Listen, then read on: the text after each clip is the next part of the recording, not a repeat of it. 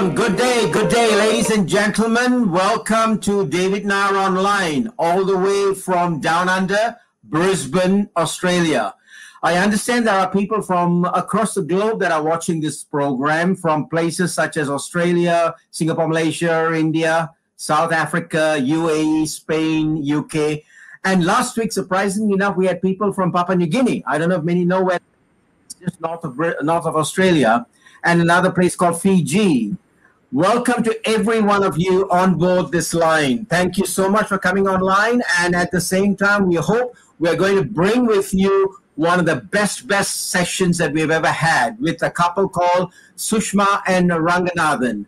Before I get them on stage, let me just very quickly, briefly explain to you who I am, where I come from. As a peak performance coach, keynote speaker, and author of a book titled I Excel, Wired for Success, my primary focus is to bring the best of the best into the world. And here I have a couple that I'm bringing this particular week who have been working on themselves for the last 20 odd years that I've known them for, on their own skill sets, and at the same time mastered their own rituals to get to the best of what they can do over the number of years of practices that they've put in their rituals. The other thing I do is I want to make sure that people that are coming on board have actually done the walk before they do the talk, which means they are people who have worked in the trenches. They're not theoreticians. So one of the key areas that most of my participants, most of the people and the audiences out there who have the opportunity to connect with some of them in time will actually benefit from something like this. Ladies and gentlemen, without much delay, I would like to actually introduce you to both Ranganathan and Sushama. They are a couple that I met back in 1998 when I first went into India. And I recall having the little tea shop interview or session with Ranga and Sushama at a place called Tinaga, and we were typing or writing at the back of tissue papers, some notes to say, where can we go and what we're doing and stuff like that. And over the time, 20 years have gone by. Here is a story that I'd like to share with you that has, in my view, shown a couple that has oozed out love, constantly oozing out love, compassion, understanding of people, and at the same time, they have skilled in their own area of expertise. Sushama, a Bharatanatyam dancer, a teacher, filmmaker, actor, entrepreneur, and all put together, she's also a homemaker. Guess what? We're going to talk about time management and all of the other things with Sushama also. Ranganathan, a singer, a music composer, a director, actor, filmmaker, dubbing artist, media personality, and last but not least, an entrepreneur. Both of them actually own and run a family business called Giri Trading, and we will also be talking about that too. Sushama and Ranga, welcome aboard to 10 News. Hi, David. Namaste. And yeah, Sushama, you. So very happy to see you and be a part of this program, and we're looking forward to. And thank you, David. Thank you, really, David. You have been our first mentor, and you will always be our greatest mentor. We have learned so much from you, and just started reading your book also. So it's like coming back with you again. Sitting in one of your first sessions. So thank you, and it's a great honor and privilege to be interviewed and to discuss things with you. Thank you so much, Ranga. Thank you so much. Before we go down the path of drilling down into what practices you're doing and all of that, why don't we take a few minutes and you share your story, Ranga, and I'm going to drill Sushama with some details later on. But let's share your story first. Okay, so basically, our family company is called Giri Trading Agency. So it was started by our father. Now it's being run by the second generation people. So all our brothers and sisters, I am just a representative of about 400 people and my elder brothers and sisters. So it's all their vision, their the values that they have laid out. We just trying to be useful to the entire community as such. So I've been out and out a Giri person, and that's how our life started. In fact, we were just we were born in a 300 square feet house in Bombay, a small chawl we call it, and hardly we didn't even have a bathroom or a toilet at home. And then from there, it's all because of the perseverance of our parents and all our elders that we have come to building an organization that spans into several cities in India and also across the globe, in Australia and also in US. So it's all God's grace, and we are trying to keep up the tradition and values of our organization. And in the process, when it came to setting up something for myself, that's when I met Sushama sometime during in the 90s, and I'm passionate about the language Sanskrit, and Sushama is also hails from a Sanskrit family. Her granddad is an illustrious Sanskrit scholar, so we met through the Sanskrit drama programs. That's where we met, and that's where we got linked, and our journey started from there. Fabulous, fabulous. Sushama, I want you to know, be very, very, very open and transparent. I hope you don't mind now me asking you this. What was the first connect with Ranga like?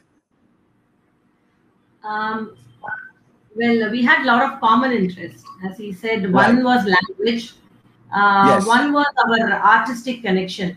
Both of us love music, and both of us are very inclined to our tradition, very rooted to our tradition, because I also come from a very traditional, conventional family, completely rooted in our family value systems of our culture and ethos. So that is what Ranga also represents. So that the main connection started from there. But of course, for us, music was the main connection. Right. Fabulous. Hey, let me ask another question from you. Were you as calm and composed as what you are now? Back then? You should be asking me that question. Why are you asking me? I'm asking you, yes. Consequences. You're so calm. You're always so calm, lady. I don't know how you keep it. You're fantastic, Sush. You're fantastic. What are some of the things you... Sorry, Saranga, keep going. Yeah, so before we even... I thought I should start off with the shloka in Sanskrit, which is very, very close to our... what we, like as a culture, we represent and what we also believe in. So it is a famous Kalidasa shloka, and Kalidasa is a great poet in the Sanskrit language. So he's written several poems and works. There are a lot of Kalidasa's works. So this is a particular shlokam about an invocation shloka. So I'll just sing it for you, and then I'll go ahead and explain the meaning also. Vagartha viva samprutau vagartha pratipattaye jagatah pitarau vande Parvati parameshwarau Vande Parvati Parameshwarau. So this is a famous shloka of Kalidasa, and this original tune was sung by S.P. Balasubramaniam, who is no more with us. Yes. So a great singer. So the meaning of this shloka is Vak and Artha. Vak means the word, Artha means the meaning. They are inseparable. Okay, when you have said the word, you have said the meaning. They are not separate from each other. So that is how Jagatah Pitarau, that is the parents of the world, are Shiva and Parvati. So how the word and the meaning are united, are entwined with each other. That is how Shiva and Parvati are. So I bow to the universal parents, Shiva and Parvati. It's the meaning of the shloka. So we keep telling ourselves, how, of course, Shiva and Parvati have problems. The gods have had issues. They have fought with each other. It's not that they have had a very, very rosy life. So everybody is fought. So we also, whenever the issue comes, so we fight. It's not that it's all rosy. Like what you said, how come you are calm? No, we are not. So we have had our duels.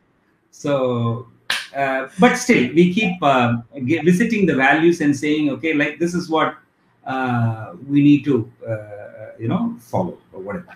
But David, if you're completely aligned all the time, then you become God. Exactly. You have to be aligned at times.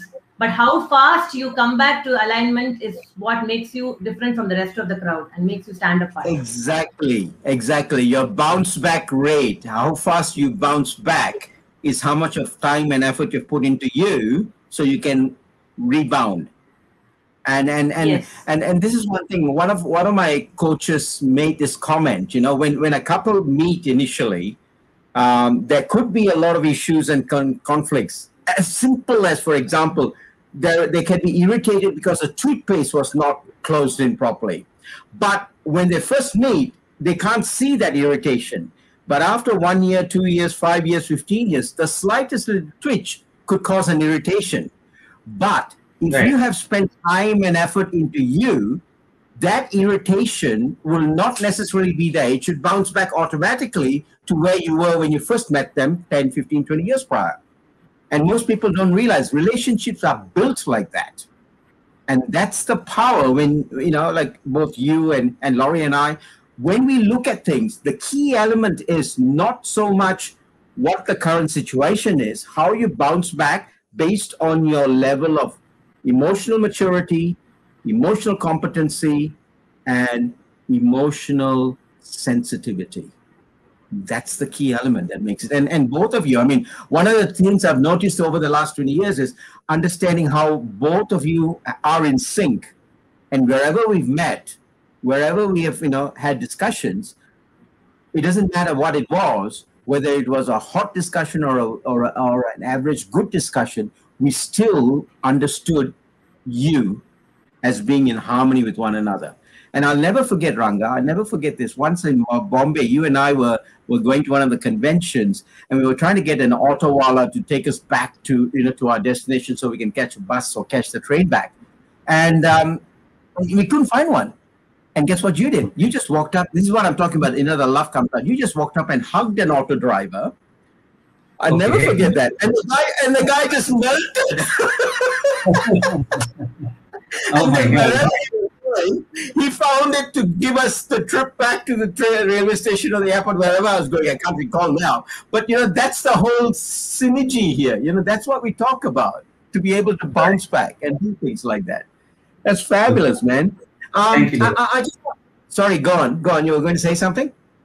No. Like when we were on the same topic, on the same note, like people must be wondering, what is his name? Surang, Yes. Yeah, so I thought I'll explain, why there are two people here, there is Surang there, and people must be wondering, what is this Surang all about? And in fact, when we started also, we said Surang. So let me just clarify what Surang is. Surang is Sushama and Ranganathan. Surang. Okay? Surang. Okay. And then we found out different meanings for Surang. Okay. So Sur means in Hindi audio. Sur means swara. Okay. So it's musical note. Okay. And Sur ka ang. Ang means a part of swara. Okay. So that's music, a part of music. That's what called Surang. Surang. Then Sur means audio. Rang means color, video. So Surang. Okay. That way also we are Surang. And then Surang is Tamil. If you say Surang in Tamil or in Sanskrit, it means the treasure house, the treasure trove, or the cage, which has got all the treasures. So that's how we interpreted all the meanings for Surang. So and then it became a holistic, yeah, and it's become a holistic studio now of yours. By God's grace. David, we kept the name and then found the meaning. That trust you to come out with that, Sushma. You will be the one that will do that. Yeah, that's fantastic. Great. Hey, I just want to drill further down. The relationship. You were saying, ups and downs. What was your best situations, both of you, that you've had as a couple? You? Tough situation. Individually, yes.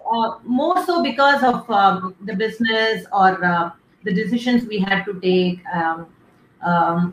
More or less like that. In the home front, as every other couple would have, it was difference of perspectives, difference of execution, difference of priorities.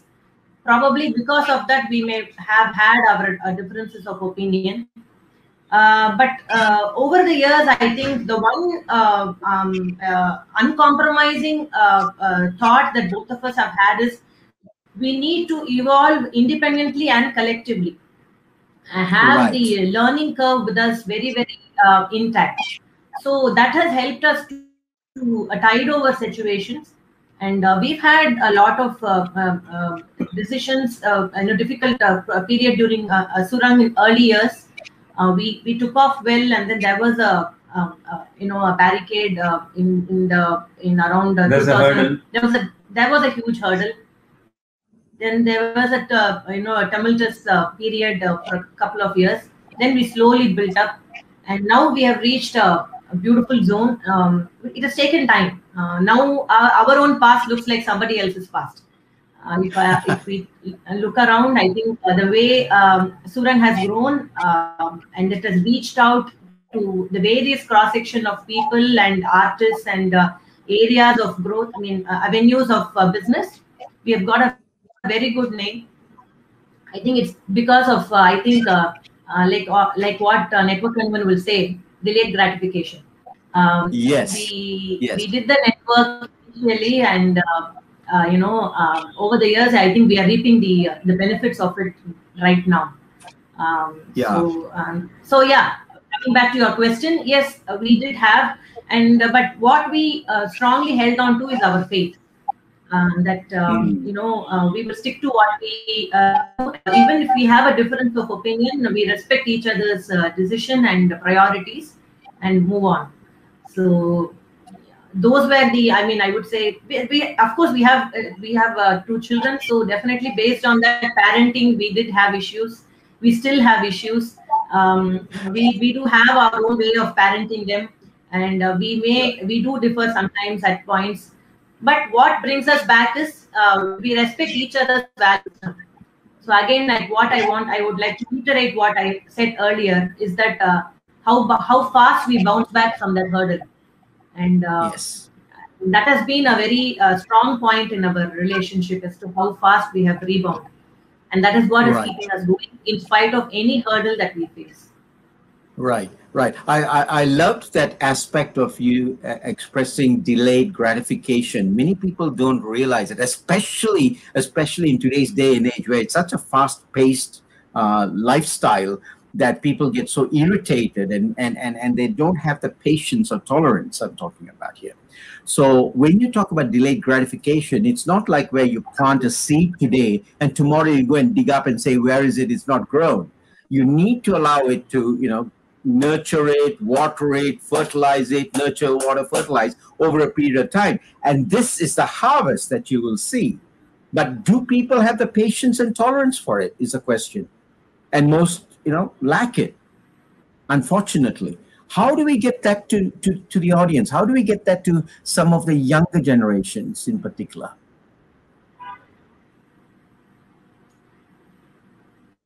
Well, now not many people have that patience or perseverance. That is something which needs to be cultivated. For me personally, if your goal is higher, then you automatically develop all these things. You are forced to develop all these things. When the goal is very strong, and then you definitely need to have all these qualities incurred in you. If not, you again tumble down, learn from your and your challenges, then again climb up. Till such time you figure out that all these things are essential factors for your growth and to achieve your goal. Till then, life will keep testing you till you mature and reach and keep rising to the higher branch. Yes. So if you don't learn it on your own, life will give you the psychological slap to teach you that you have to learn all these things.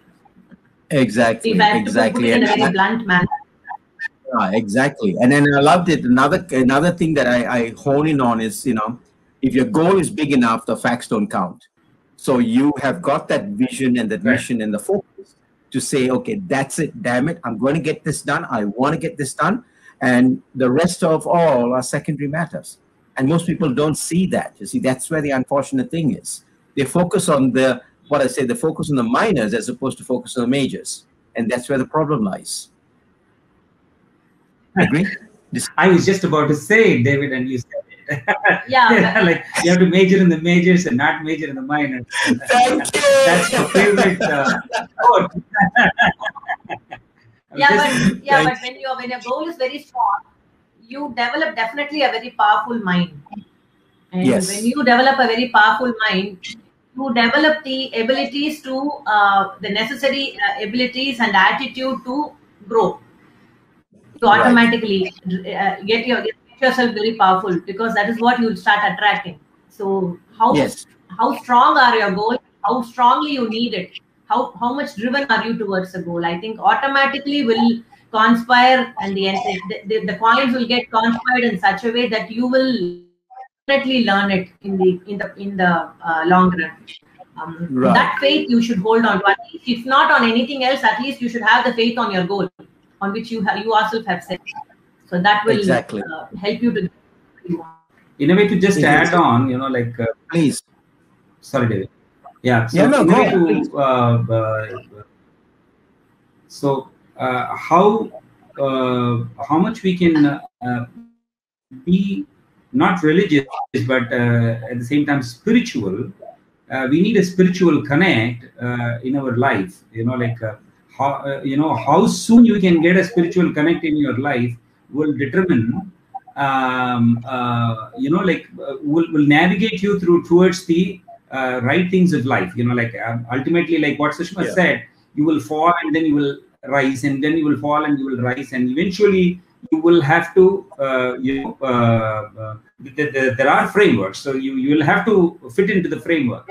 But to get into the framework, the sooner you can connect yourself in a spiritual fence, if you can fence yourself with a spiritual connect, so that way you are protected by the framework, and then after that it should not be an issue for you to deal with all the issues that are confronting you. So that's what I thought I'll just add. Yeah, because you become a bigger person than your normal self because of that spiritual inclination or the connection there. And that's the depth in which you'll be working at a different plane. That's so powerful. Coming down further, family bonding. How do you get the family bonding? I mean, first let me talk about your nuclear family, just you, Sushama, and the 2 kids, and then obviously your parents. And then the extended family, because you've got a huge family network. How is that bonding harmonized? 200, not 200%, or how much of a percentage I add to it, it'll be less. It's all Sushama, because she's the person who bonds with, like she knows everybody's date of birth. Okay, even today, my sister's date of birth, she was the first one to remember, and she was the first one to, at 12 o'clock in the midnight, she, put it on the WhatsApp group saying that happy birthday, Shardaka. So she was the first person to, so she remembers everybody's date of birth. She remembers all the important, and she can remember sort of, what color dress you were wearing. You know, like I'm not surprised if she would say that, David, you remember the first time we met, you were wearing this shirt and it had that button. So she will remember details to that level. So she's one encyclopedia in that way. I take it as a compliment, David. Definitely, it's a compliment, David. I am not exaggerating. This is honest compliment. Okay. So you know, like she's the main glue. You know, like sort of the main bonding person. So thanks to Sushama. You know. Even at the studio level, you know, like or in the organization at Giri or in the family, you know, she's the person who organizes the family holidays every year. So Yes. we have that is very, very critical for us. So you know, we all go and enjoy, but she's the person who does the dirty job of organizing everybody and saying, oh no, this not this date, not this date, not this date, no, not now, or later, no, that hotel is bad, this hotel is bad, oh, that is costly. So all these things, you know, like she has to chew it and then sort of do it. So it's that's the she gets the hands dirty on the whole thing. So, but that's what bonds the whole family. Right. You see, that's what I meant by, you know, how do you keep your cool, calm, collected nature? Because I was actually going to do what Ranga did just now and say, you don't do, you're always,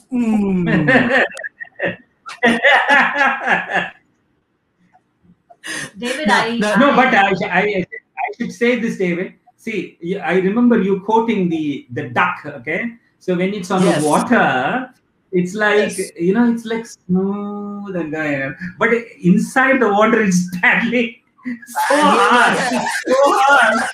You know, like you don't even know, but the outside is very smooth. And so that's how Sushama is. You know, like I can see that. You know, but when you look at it from outside, it's all very cool and smooth. But when you go back, you know, like at home, you can see, oh, that person said this person said that, and then it happens. But of course, you need to vent it out. You know, like I would say, you know, like the only friend and the best friend, you know, like to whom I confide is with Sushama. So good or bad or ugly, everything is to Sushama. So if I have to vent out my feelings, it's Sushama. Same way, you know, when she has to say certain things, but of course she's got more people than me. But for me, it is right. That's fabulous. That's fabulous. Sorry, go on, Nada. No, You're going to say. Okay. No. One of the things I wanted to actually also address, because I know a lot of couples and families, they're so structured in making sure they are not chasing money, but their goals are put in place. They're buying the material things and all of that. But I am yet to see, there's only a handful of people who actually put together what I call a recreation goal or a budget. And you've just hit the nail by saying your annual family go away holiday. I'd like to sort of touch on that a bit more, for you to share, what does a family get out of a family get together and go like that? Number one. Number two, how much of, as Ranga has just said, there's so much of preparation towards that, but more importantly, how much of that do you feel has created this family bond?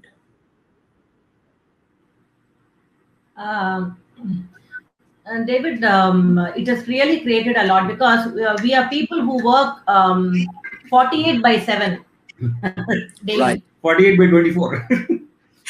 Yeah, so we need our... Or 48. You can put any number on the denominator, any number on the numerator. Yeah, so we definitely need to unwind. And right. All the brothers, sisters, including the spouses, whenever we meet, we start off on a very personal note, but we end up in an official note.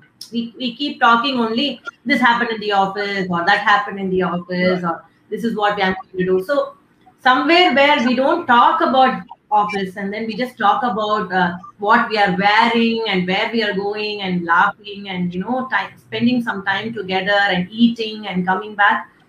Even those 2 days or 3 nights that we spend together, I think it really adds a lot of value to the entire relationship. I strongly believe that you can have differences of opinion, but certain things will never leave our mind, because the mind is so powerful. It will have those hurts in your mind, but what will reduce the intensity of the hurt is by creating a lot of happy memories. That's the only way you can reduce the intensity of the hurt or the scratch that is caused in the relationship. So how much ever you create more happy situation, and that is when you kind of overlook all those things and start looking at the beauty of the relationship. So one way of doing it, because we are a huge family, daily interaction sometimes is not possible because everybody is very busy in their own work and their own world, small world. So this is a very compulsive initiative that we take every year, and we go to a place, and sometimes it's only for about 2 days, but we take that time to go, and we make it a point to spend out of our own pockets. It is never company's resource that we take, so that we understand the value of it. We make sure that we spend for every penny of it, so that we understand the value. The children understand the value of it. We insist that children should come and be together and be a part of with the aunts and the uncles and with the cousins. We never say they are cousins. We only call them as brothers and sisters. We never say that they are cousin. So that we have all made it a very conscious effort to call all the cousins as brothers and sisters and never call them as a cousin. So this kind of bonding has definitely helped us a lot, because I come from a background where I am a single child, and my parents made sure that when I go into that family, I have value addition to the family. I kind of gel with the family right from day one. And because being a single child, I will definitely be fish out of water. But they took a promise from me that I have to blend with the family right from day one and be a part of their culture, rather than instilling what I have grown into and be a fish out of water. Rather, understand how that water's nature and element is, and make my way into the water and be a part of their breed of fish. So that has been a main motivation for me to understand each one of them and mingle with each one of them. Ranganathan gave me that freedom to mix with everybody and individually connect with them. So I have a personal relationship with every family member in the entire family. It's not like a collective family. It's not like it's Raman's family. It's not like Vishwanathan's family. It is Vishwanathan, his wife, his children. Each of the children, I have a separate connection. I move with everybody. So it's a beautiful bonding that I have. So fortunately for me, even before my children were born, I have bonded with all the children and the family. So my children actually were later entered into the entire fold. So it's a beautiful relationship, and I feel that the family bonding, especially answering to your question, the holiday definitely has a great impact, and it creates a lot of, because we have made videos of it, we have taken pictures, we float it around in the family, we keep revisiting it, and that kind of reminisces and makes us think again. And when we go to these holidays, we will sit and see the previous years and the later years when all of them were kids. Those family photographs we will see, those memories we revisit, we will see all those videos and recollect and see how much we have come so far, and feel so happy about ourselves. It's a huge power, very powerful. And how many of them are there? I mean, when you talk about brothers, sisters, spouses, and the kids, we are total. We are about 30 people. So you're basically an event manager for the family. Yeah, it is, like any event, even in fact, it's just not the holidays, but, like year ends or some special occasions like Raksha Bandhan or Diwali and all that, we have a get together. Planned in various houses. Now, like my sister-in-law's daughter-in-law is now, she also arranges. My another co-sister, she also arranges. Now we kind of split it amongst ourselves and we do it. On all special occasions, we meet in one particular, we decide amongst ourselves. And we do the potluck. We do the potluck. Yeah. That's fabulous. Yeah, Hey, exactly. Listen, another thing that came out of that is, I was just, as you were sharing this, you have actually created a mastermind within the family. Yes or no? Well, we cannot completely take credit about the whole thing, David. Yeah, it just fell in place. But there are our elders, like, in fact, if you take our eldest sister, like, she's like our mother to us, like, Right. we can't, thank her enough. And she has been a huge beacon of light, and she has shown us a lot of these kind of acts that she has done for all of us. So totally selfless. So has been my brothers-in-law and my co-sisters, in their own way, in our whatever possible way that they can do in their best manner possible. They have always contributed to the unity of the family. Be it anything positive that they have contributed, and that has made a huge impact. See, I came only 20 years back, but they were also there earlier. So, so they also take the credit. They also take the credit of doing everything, and they have shown that. Probably, I have taken the lead, and it's very important, David. I am the last daughter-in-law of the family, and I could have been sidelined. They gave me that importance, which means that they respect me. It could have been very easily for them to say that, no, your idea may be good, or they could have snatched that idea from them and made it their own, and they could have done it. But they have always given me the due credit. They have always made me be vocal about my thoughts.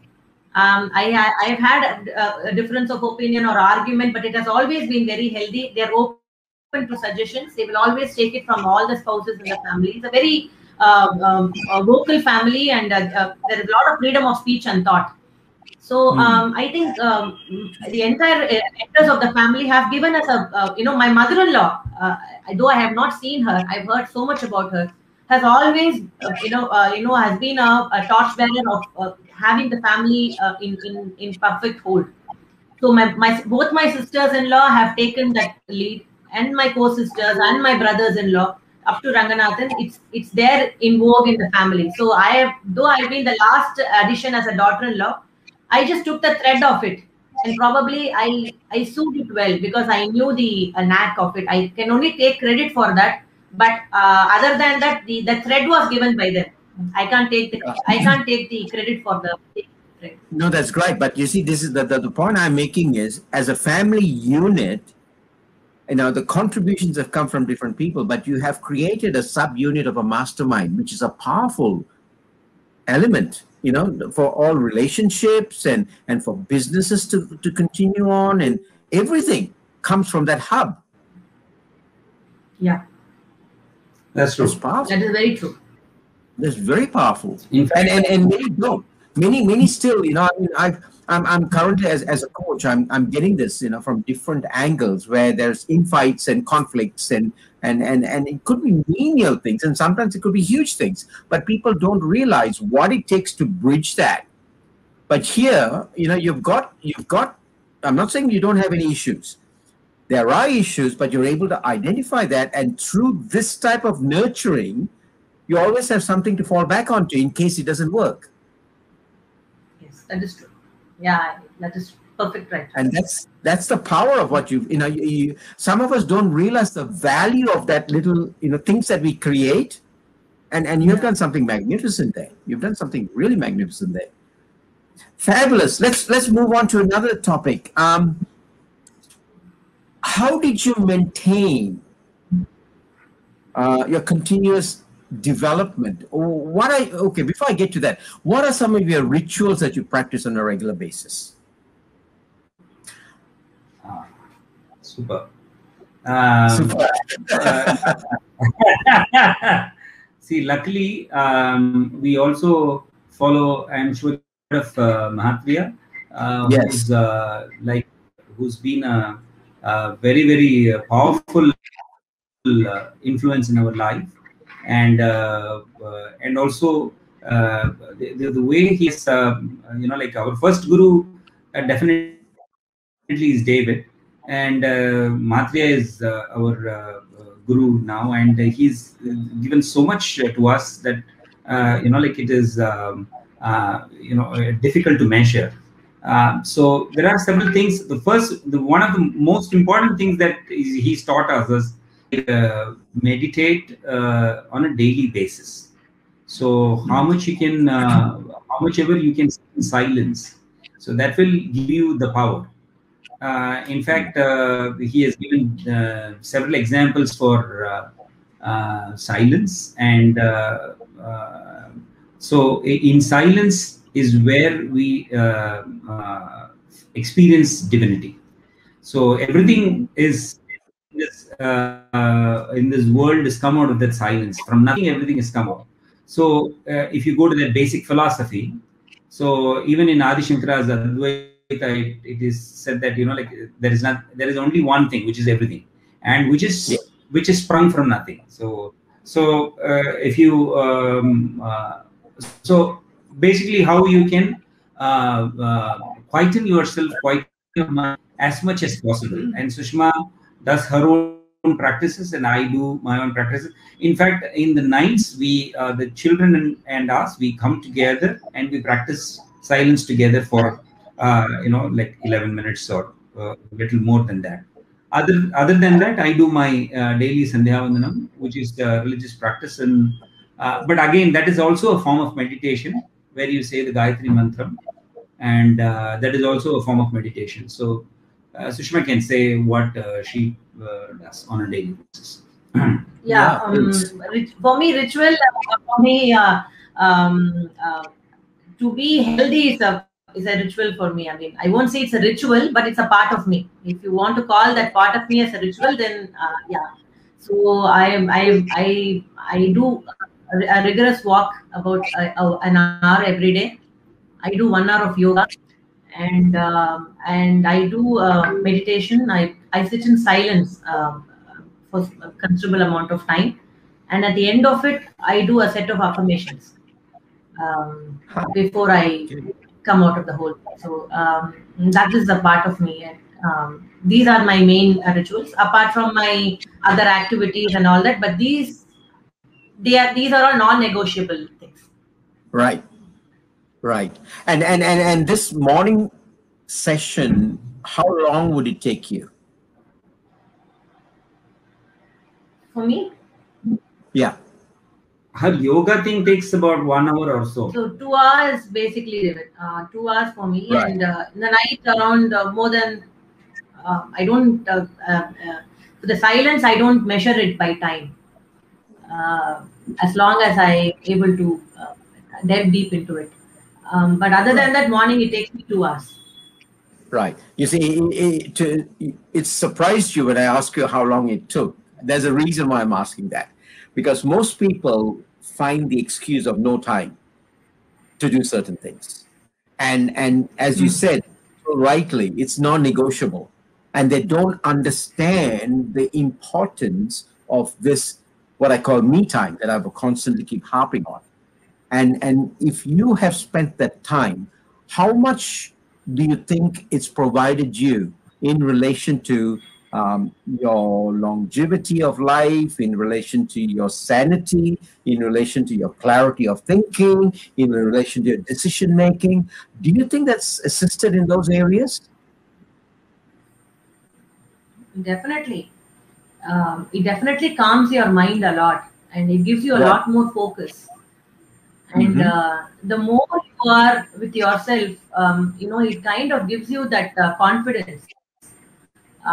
It's like more like an affirmation to yourself, to your subconscious mind, that you can do it.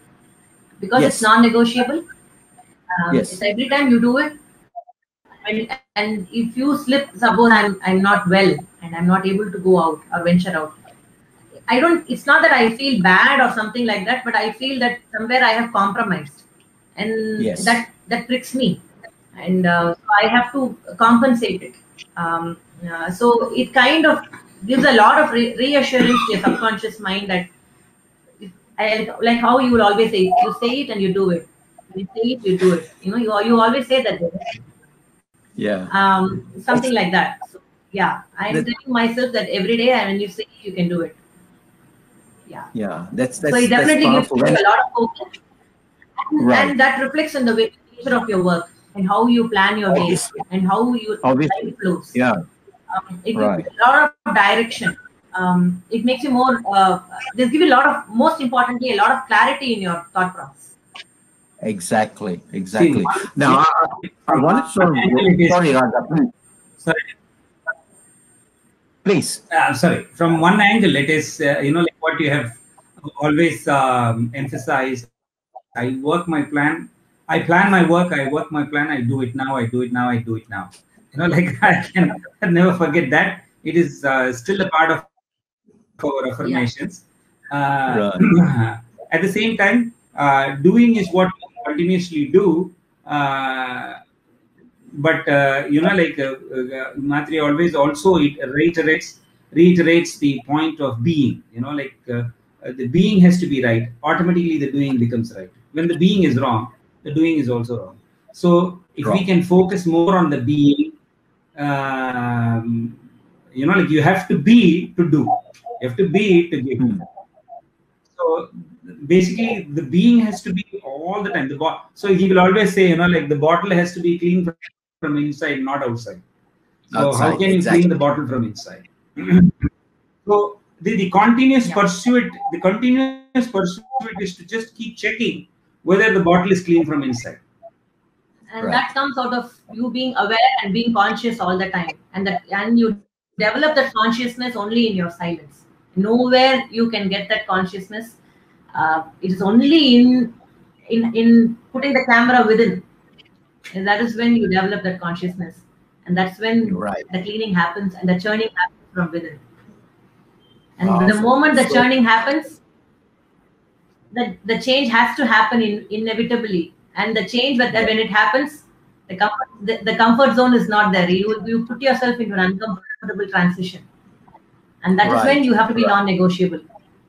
But if you have to grow, you have to change. Exactly. And this has to be done. Excellent. Now, you practicing this, obviously when the kids, Abhijit came through and young, your daughter came through, what happened after that? Did they just get absorbed through osmosis into these practices, or did you have to instill that in them? Well, it's not that by God's grace they are very good kids. I know. Yeah, and in fact, we used to do regular night meditations, and they've always been a part of it. But now we have made it as a very, very important practice. Of course, certain days, we miss out and it all gets missed out. But still, they come back, and we try to do as much as possible without missing. If I'm traveling, it gets missed out, or if we come late from work or something like that, then we get missed out during the late nights. But still, they follow through, and we sort of group together and do the night meditation. But by God's grace, they are okay. But we don't impose and say, like you have to practice this, that, and all that stuff. So we don't impose our views on them. Let them naturally flow into the whole flow. And that's how we have, both of us, we have been with our children. And it's interesting. Sorry, go on, Da. No, for children, it is seeing what they believe. Correct. So if we are right, and then they also fall in place. Yeah. And so that's something which I have always told them, that you either my life is a learning or a warning. Matre always says that. Is my life a learning or a warning to my children? Is something which I always keep asking them. So I want it to be learning, never to be a warning. Right. So, right. Yeah. You took the words out of my mouth. It's see and do, and that's basically it. There's no tell. It's see and do, and that's the whole idea. That's why I say we look at people who have done the walk, to put them and talk the talk. Otherwise it's meaningless. It doesn't mean anything. And most people think they can. I beg your forgiveness for using this word, bullshit their way through life, but they cannot. They cannot. Absolutely. Moving on from that, from your daily regimens, blissful moments are got out of meditation. When you are in issues and conflicts, do you actually practice any of this during the day? For example, you want to get into a zone, you say, okay, let me just lock myself away. Do you actually do any of that? Well, before we get into a meeting, before I get into a meeting, because of course we operate quite separately, not all the time together. Like Sushma operates out of Surang at the studio, and I operate out of Giri, like 20 kilometers apart. So before we get into some meeting or something like that, obviously we have like ritualistically we practice 2 minutes of meditation at 11 o'clock, 11:10, 11:11. So we do that 2 minutes of universal prayer and meditation and all that. So, and also before getting into a meeting, we try to quieten the mind for a few minutes and say, okay, these are the things that we need to get into. So there are if I have to give rate myself on that, out of 60 out of 100, I sort of get into silence and do it. Sometimes it comes out spontaneously, so I don't focus that much. But if it is something really important, if it is something which is where we have to make a few important decisions or something like that, then of course we get into prayer mode and pray, meditate, and then get into the action. Right. For me, David, it's more of introspection. It's kind of a practice for me on a daily basis. So it's kind of now become a part of my consciousness. So editing and addition and correction happens on the flow. For me, introspection really works. And if I'm not able to do it at that point of time, still I do it at the end of the day before I go to bed. I just review the entire day and see where I have made my slips. And if I have done well, I pat myself and then make my due corrections, course corrections there. And so that there is some improvement on a daily basis. Yeah. Fabulous. Good. As we go through this, both of you as entrepreneurs, you've got certain rituals that you're putting through. How else are you fueling your entrepreneurial spirit?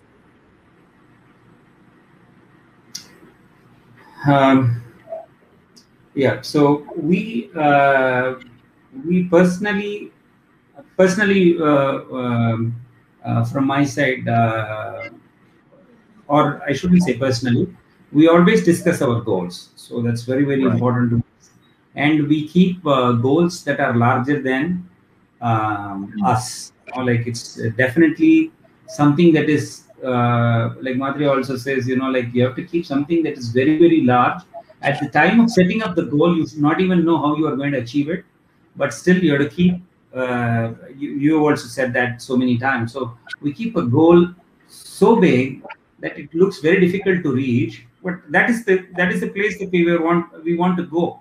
We want to go to, because there is a beautiful shloka in Sanskritam also. Ahar nidra bhayam aithunam cha samanametat pashubhir naranam eko hi tesham mahado visesha dharmena hinaha pashubhis samana. See, aharam is like food, sleep, then fear, and then mating and everything is common to animals and humans. But the only thing that delineates the animal from the human behavior is the power to think and the power to set goals, or power to become what you can rather than what you are. So Right. so always the goal setting has been, like every year, at the end of the year and at the beginning of a new year, like what you have always taught us, goal setting has been one of the primary things for us. And luckily we go through an 8-day meditation program also. So we get a lot of time to introspect, and we rewrite our goals and say, okay, like this is what we have achieved, this is not what we have achieved. We need to revisit it and see how we can progress and all that. So yeah, the only way to keep us going is our larger goals that we set for ourselves. Right. Right. So, Sorry, go on, Dan. yeah. So I thought you also wanted me to answer. Yes, I wanted. you see how subtly Sushama comes in, okay? I love it. You're beautiful. Go on. For me, it's one what Matre always is. My life is my responsibility, and there is no compromise on that. And you have to make the U-turns, and you have to. It's not how much you have, but what you do with what you have. Yes, And exactly. so, am I using my potential to the best? And am I being how much is that I am able to give a value addition to wherever I am part of? So if there's somewhere I come down in that area, then I have to really rework on it. So that's how I keep pumping myself. So what more I can do today that can be a value addition to wherever I am today, to wherever I am associated with, be it as a mother, be it as a wife, be it as a daughter, be it as the daughter-in-law or the co-sister, or as the person who runs the operations. What more I can do value addition to make my life better and with the people around better. So my life is my responsibility, and that's what keeps me moving. Fabulous. In all of this, do you actually, when you do your goal setting at the start of the year, do you actually put time aside to say, okay, this is where I am, I want to be here, which is what your goal is, but on a self-development perspective, what have you done in that area? And how do you measure your constant self-development? Because I know both of you put time and effort into that. Self-development is something like what already Sushama said, is like non-negotiable. So of course, the amount of programs that we listen to, in the earlier days we had the cassettes. Now we watch so much of content through YouTube of people like Madhya and so many other people. But especially since we've chosen the Infinite Eastern path, so we listen to a lot of what he says. So it's like it goes in the Infinite Prayer. It says, "And I'm always connected to you." So it's like feeling thy presence, feeling thy grace, feeling thy radiance. You are my source of faith and strength. You are my path and destination, and I'm always connected to you. So it's not like whenever we falter or whenever we do something like that, the teachings automatically come and say, look, this is where you're faltering, and this is where you need to do course correction. So so it's not like I don't know how to say it, but it is not setting aside time, or it is always there at the background as a background process. So. Right. Sorry, go on, Sushama, please. So, but Matre always says this. I have given you too much of information for you to assimilate and chew the cud later on. But the affirmation within me is that at the most important moment of in a crucial situation, somewhere his learning has to come and hit me hard, and it should help me evolve at that situation. And that is what I always pray. And that it's not how much I have taken, but it has to come at the right point. And for that, my mind has to be always in the preparatory level state. So I only wish that it is always like that. And he always says, just think that I'm, this CCTV camera. I am that CCTV camera in your life. I'm always watching you. So be always aware of what you do, and that helps me in it's put us all in an ever self development mode. Right, right. That the train never gets derailed. Exactly, exactly. And it's like I've always harped on this aspect, your mind, your learning, all of this is like a parachute. It only operates when it's open. And so if you're not consciously aware of it and you're not there drilling that, you'll never get it. So it's like a default. You cannot walk away from it. It's there. But to some people, they consider it as a burden. And oh my God, I got to go and do this also. But it's part and parcel of it. And Ranga, when we talk about reading and listening to, we were talking about CDs in those days. It's second nature. It's nothing outside of it. And that's what got you to where you guys are today. And a lot of other couples who have done the same thing, because they put the time and effort when they didn't have the time and effort to put, and they reap the rewards now, which is powerful. We're running out of time, but I don't want to leave without this subject addressed very quickly. Multi-skilling, multi-hats for both of you. How do you manage that in a very quick way?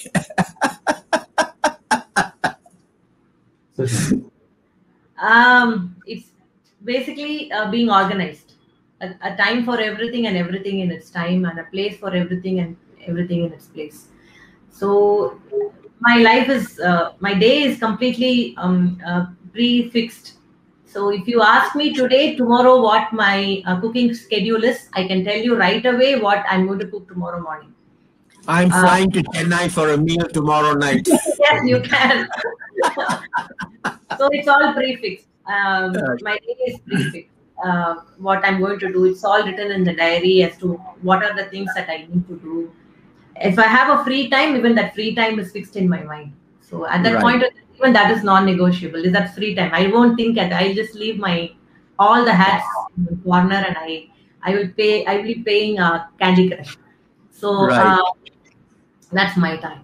So it's all prefixed, and that's how we organize ourselves. So that's what works me, and that's what helps me to do all these multitasking. And basically, my parents, both of them have been a huge multitasker. So I've seen them. I've grown seeing them doing multi things in my life. And in this house also, all of them are multitaskers. They do so many things at the same time. So it's kind of grown into me. So I have also a natural multitasker. So, right. And I just hope that my children also do that. So yeah. They are. They are.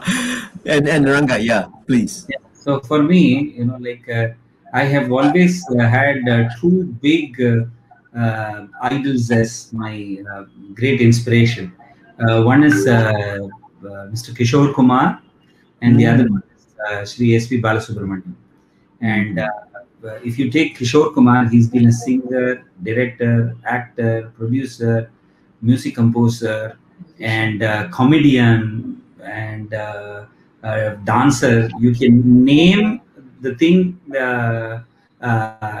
he's done everything. The same way Mr. S.P. Balasubramanian, he's also done everything. He's a dubbing artist, he's a singer, he's an actor, he's a producer. And what has he not done? And he can speak in several languages. He sung in almost every language in the world. So these are two great inspirations. Of course, there are so many inspirations, but if they can do it, I haven't even started scratching this thing. So in my own way, I have tried to do a little bit of what they've done. In fact, I've dubbed for more than 15 or 20,000 commercials in several languages: Tamil, Telugu, Kannada, Malayalam, Hindi, Bengali, English, and a few Marathi, and few other languages also. So dubbed in so many languages, sung in so many languages. So, but yeah, it's still a long way to go. But these have been, so if they can do it, why can't you do it? You better do something. So that's what keeps hitting me. So multitasking is nothing. We can not give ourselves an excuse that, oh no, I can't do this, I can't do that. in other language, it's like BS bullshit. We cannot do that. We have to, for the potential that God has given us, we have to do so many things. Because like what you say, stealing your own words, life is not a dress rehearsal. It is just, you have to live life only once. So you live it. We don't know about the next Piravi. We don't know about our previous, but we have only one life, so we have to live it to the hilt. And adding on to him, Matre always says this, when you have horizontal exposure, you get vertical expertise. Yes. 200%. So that is something which we strongly believe. It will help you. It will help you in if you focus on these various avenues of what you're good at. It will definitely give you expertise in your chosen field. Yes. And that is very evident in our lives. Fabulous, fabulous. Hey, Ranga and Sushma, I want to keep talking. I'm so sorry, I want to keep talking, but you've been such a wonderful couple, to come online and really appreciate your time and effort, and taking not just your time, but to share it with the audience who can learn from it. Truly, truly grateful. Thank you so much, both of you, and I love you tremendously from when I first met you. Thank you, guys. It's a pleasure interacting and sharing our views and thoughts. And thank you so much for choosing us and giving us this wonderful opportunity. As always, we love you from here. Take care. Bye-bye. Ciao for now. Take care.